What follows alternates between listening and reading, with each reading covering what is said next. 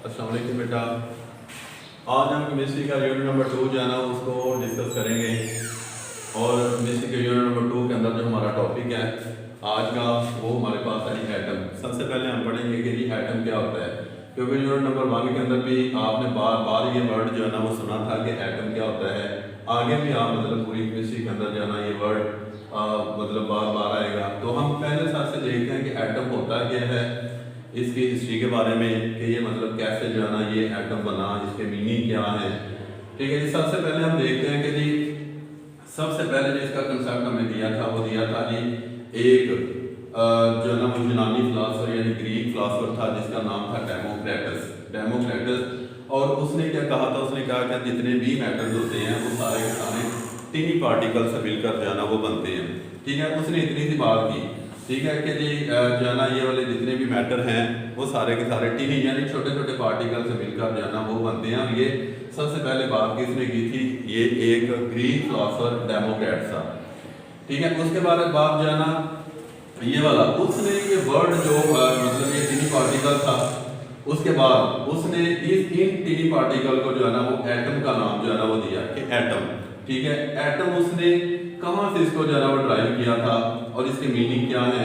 Atom drive from Latin word, ये एक लतीनी ज़बान का लफ्ज़ है और ये एटम जो है ना लतीनी ज़बान के लफ्ज़ एटमोस से निकला है। और लैटिन के अंदर एटमॉस का मतलब होता है इंडिविजिबल, कि जो चीज़ हमें जो है ना वो नज़र नहीं आती उसे हम क्या कहते हैं, एटमॉस।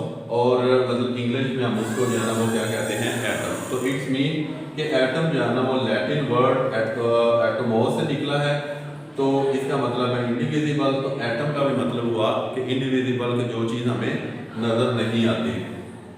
उसके बाद ही 19वीं सेंचुरी के शुरू में यानी बिगिनिंग ऑफ द 19वीं सेंचुरी जॉन डाल्टन ने क्या किया, उसने एक जो है ना वो एटम के बारे में थ्योरी जो है ना वो पेश की। वो थ्योरी हमारे पास क्या है जी, उसने डाल्टन ने ये कहा था कि all matter is made small indivisible particle, कि जितने भी हमारे पास जो हमारे पास मैटर है उसका क्या है कि जो इंडिविजिबल जो पार्टिकल हैं जो हमें नज़र नहीं आते उनसे मिलकर जो है ना वो हमारा कोई भी मैटर हो तो वो बनता है। और उन जो इंडिविजिबल पार्टिकल हैं उसको उसने एटम का नाम दिया। तो इंडिविजिबल पार्टिकल यानी एटम का नाम क्यों दिया, क्योंकि एटम का मतलब ही यहाँ पे देखिए हमने पढ़ा था कि एटम मीन्स इंडिविजिबल, कि जो हमें नज़र नहीं आता, मतलब अपनी नेक्ड आई से जो है ना वो हमें नज़र नहीं आता। ठीक है, अब यहाँ पे देखेंगे जी जो हमारे पास एटम है, तो जो चीज़ हमें नज़र नहीं आती उसके बारे में मतलब हम फिर कैसे कह सकते हैं, कैसे उसको देख सकते हैं। इट्स मीन कि ये वाला जो एटम है ये वाला एक तो नेट आई से नज़र नहीं आता, दूसरा जो आम माइक्रोस्कोप होती है जो मतलब लेबॉर्टरीज के अंदर यूज़ होती है उससे भी ये वाला जो है ना वो नज़र नहीं आता। अब यहाँ पे देखें जी हमारे पास जो बैक्टीरिया है, हम यहाँ पे लेते हैं कि जो बैक्टीरिया ना, अब यहाँ पे देखें कि बैक्टीरिया का हमारे पास साइज क्या होता है कि ये वाला 0.2 से लेकर ये वाला ना 2.5 ये वाला माइक्रोमीटर होता है। अब ये देखें कि इतना इसका छोटा जो है ना वो साइज हमारे पास जो है ना वो है 0.2 से लेकर 2.5 तक।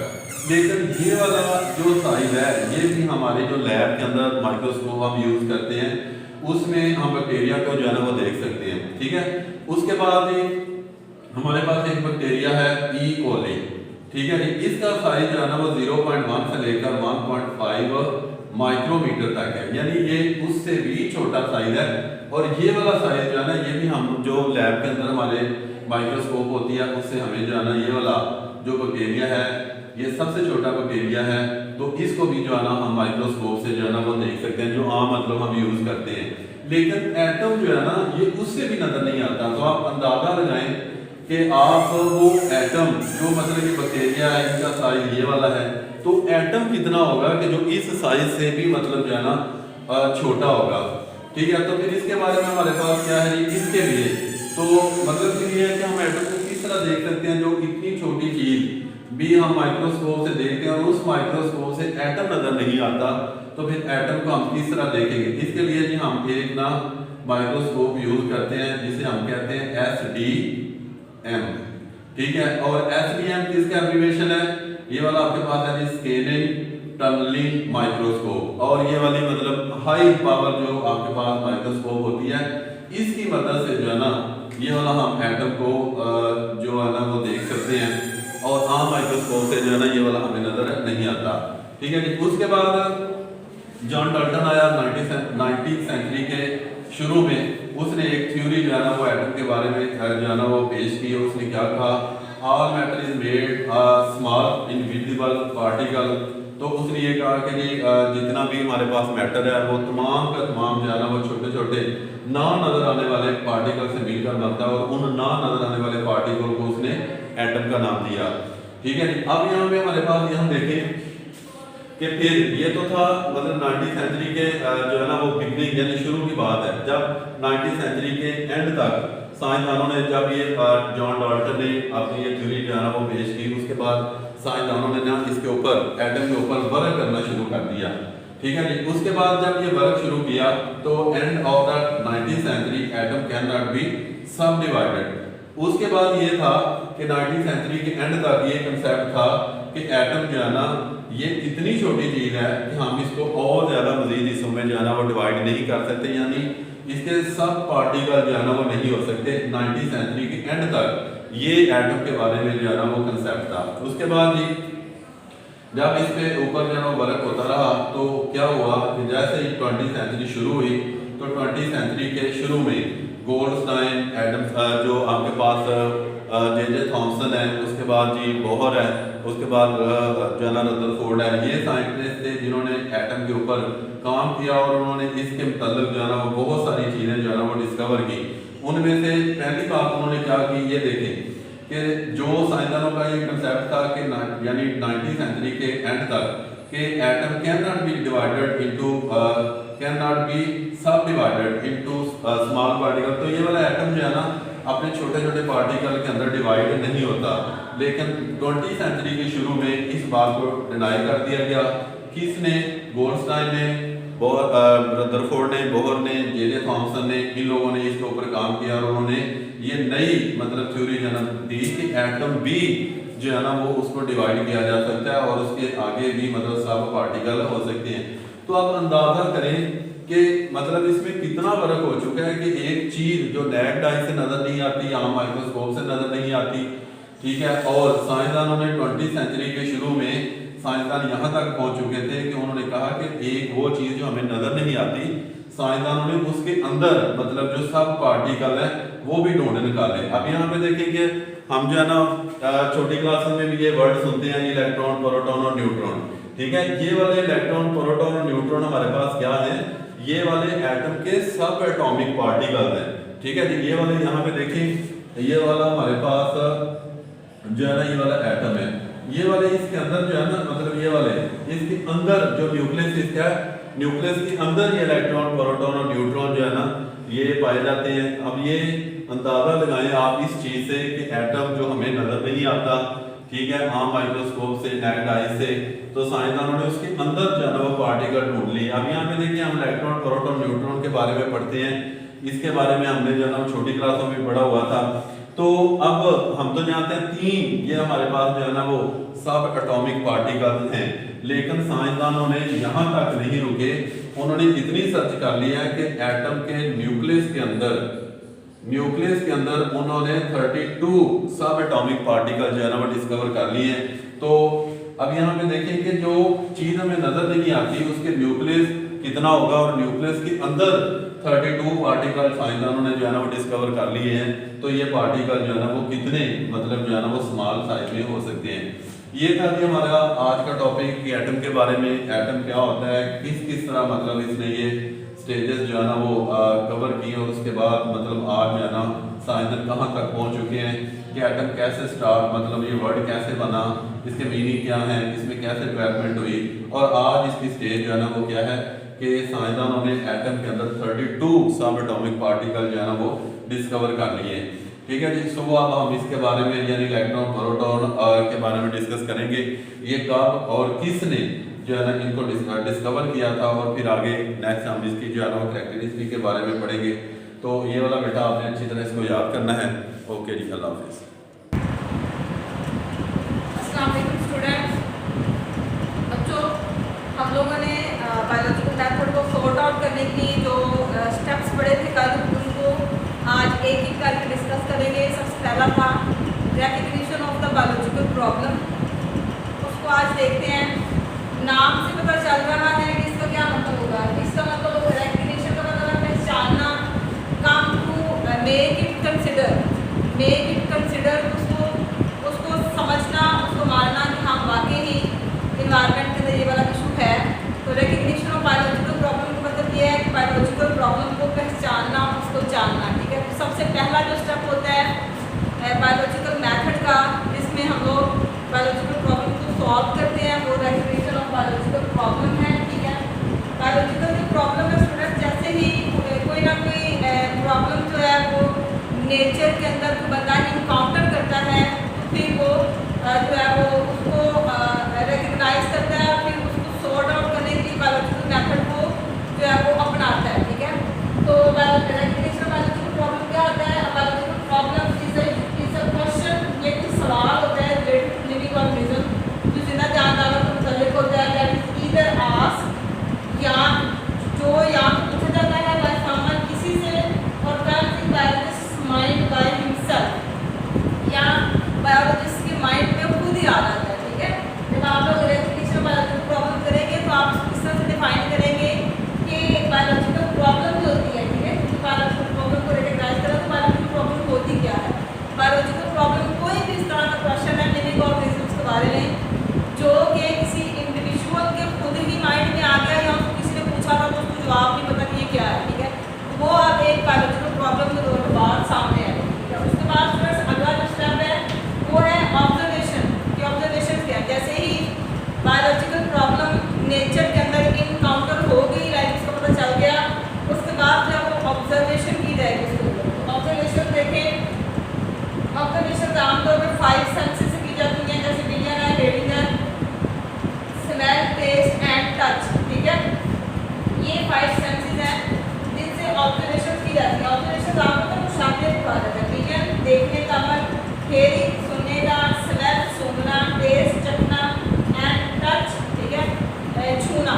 तो ये 5 सेंसेस हैं लिविंग ऑर्गेनिजम्स के अंदर, आपको पता है। ठीक है, एनिमल्स के अंदर खास तौर पे तो ये पांचों जो भी सेंसेस हैं इनको इस्तेमाल करके ऑब्जर्वेशंस की जाती है। ठीक है, तो ऑब्जर्वेशन जो है वो दो तरह की होती है स्टूडेंट्स, एक होती है क्वालिटेटिव, दूसरी होती है क्वांटिटेटिव। ठीक है, क्वालिटेटिव ऑब्जर्वेशन देखते हैं, पहले क्वांटिटेटिव ऑब्जर्वेशन देखते हैं, और इसके अंदर जो है वो क्वांटिटेटिव भी है, मतलब क्वालिटेटिव क्वांटिटेटिव करके हमें देखते हैं।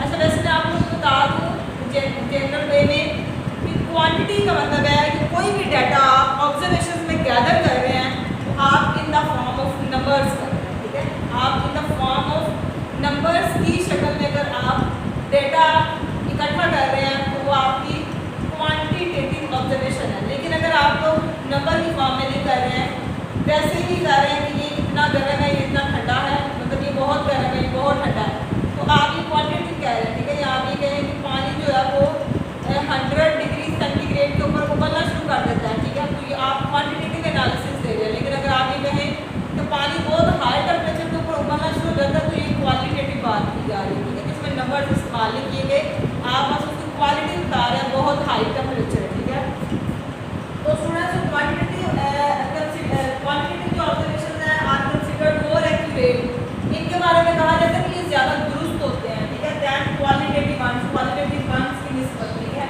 बिकॉज फार्मर आर इनवेरिएबल, क्योंकि जो क्वांटिटेटिव ऑब्जर्वेशन है ये इनवेरिएबल है। इनवेरिएबल का मतलब है कि इनको बदला नहीं जा सकता, एंड मेजरेबल, और इनको मेजर किया जा सकता है। ठीक है, आप बता सकते हैं नंबर्स में भी ये चीज़ इतनी है, इतनी नहीं है, तो आप इनके बारे में बात कर सकते हैं। ठीक है, मेजरेबल का मतलब है कि इनको आप लोग इनकी नुमाइश कर सकते हैं, and can be recorded in terms of numbers, और इसको आप नंबर्स की शक्ल में रिकॉर्ड कर सकते हैं। ठीक है, क्वांटिटेटिव ऑब्जर्वेशन की बात कर रहे हैं। क्वांटिटेटिव जो ऑब्जर्वेशन है आर कंसीडर्ड मोर एक्यूरेट, ज़्यादा दुरुस्त समझे जाते हैं as compared to qualitative ones, क्योंकि जो क्वांटिटेटिव ऑब्जर्वेशन है दे आर इनवेरिएबल, मतलब ये बदले नहीं जा सकते, एंड मेजरेबल, और इनको इनवाइज की जा सकती है, can be recorded in terms of numbers, और आप इनको नंबर्स की शक्ल में रिकॉर्ड कर सकते हैं।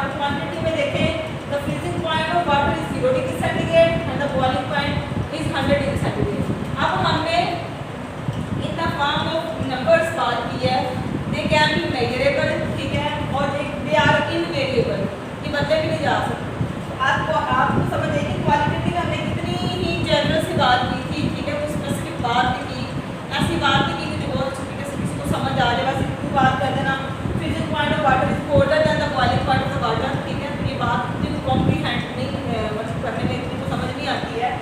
तो अगर हम लोग ये कहें क्वांटिटेटिव ऑब्जर्वेशन की बात करें, अगर हम ये कहें कि freezing point of water is 0 degree centigrade and boiling point of water is 100 degree centigrade, तो बात समझ में आती है, ठीक है। नंबर्स की फॉर्म में ज़्यादा कॉम्प्रीहेंड किया जा सकता है। हम कहेंगे कि क्वालिटेटिव और क्वांटिटेटिव ऑब्जर्वेशन जो है वो ज़्यादा एक्यूरेट है as compared to the qualitative one. इसके अलावा जितना litre of water is heavier than the litre of ethanol. अब देखो कितनी इंटरेस्टिंग बात लिखी है, 1 लीटर आपके पास पानी है और 1 लीटर ही आपके पास एथेनॉल है। तो 1 लीटर पानी जो है वो 1 लीटर एथेनॉल से भारी है। एथेनॉल अल्कोहल को कहा जाता है, ठीक है। तो 1 लीटर जो पानी है वो 1 लीटर एथेनॉल से ज़्यादा भारी होता है, ये हैवियर। ये जो हैवियर हमें बताया ये क्वालिटी बता दी हमने, ठीक है। कोल्डर की एक क्वालिटी, क्योंकि हम लोग बात यहाँ पे क्वालिटेटिव ऑब्जर्वेशन में है, तो हम लोग यहाँ पे क्वालिटी की बात करते हैं। लेकिन अगर हम ये कहेंगे 1 litre of water veg 100 grams, 1 litre जो पानी है उसके अंदर 100 ग्राम है और 1 लीटर जो एथेनॉल है 789 ग्राम है, ठीक है। तो बात ज़्यादा समझ आती है कि कितना भारी है, ठीक है। यहाँ पे हमने क्वांटिटी की बात की जिसके अंदर जो है वो नंबर्स की फॉर्म में डाटा रिकॉर्ड हुआ है, इनवेरिएबल है, ठीक है। और इसके अलावा मेजरेबल है, उनको मेजर किया जा सकता है। तो यहाँ पे आपने शॉर्ट क्वेश्चन भी बनते हैं, ये लॉन्ग भी है। रिकग्निशन ऑफ बायोलॉजिकल प्रॉब्लम क्या है बायोलॉजिकल मेथड के अंदर, या फिर बायोलॉजिकल प्रॉब्लम को सिर्फ डिफाइन करें, ठीक है। ये एक शॉर्ट क्वेश्चन है और ये जो ऑब्जर्वेशन है ये लॉन्ग भी हो सकता है और इसके अंदर से शॉर्ट भी आ सकता है। व्हाट इज ऑब्जर्वेशन ये भी आपसे पूछा जा सकता है।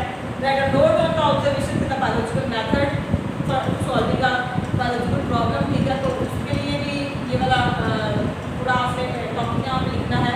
या इसको तो ये पूछा जा सकता है why quantitative observations are more accurate than the qualitative ones, ठीक है। उसमें फिर आपने यहाँ से लेके यहाँ तक लिख देना है। आपने बताना है कि क्वालिटेटिव ऑब्जर्वेशन ज़्यादा एक्यूरेट होते हैं क्योंकि दे आर क्योंकि वो इनवेरिएबल होते हैं, ठीक है, मेजरेबल होते हैं और नंबर्स की फॉर्म में रिकॉर्ड होते हैं। और फिर आपने ये वाले एग्जाम्पल्स बता दो, ठीक है। बहुत इंटरेस्टिंग टॉपिक है और बहुत ही ज़्यादा इंपॉर्टेंट भी है। इसके अंदर हर दफ़ा कुछ ना कुछ सवाल जरूर आता है बोर्ड के पेपर में भी। और आप प्री 9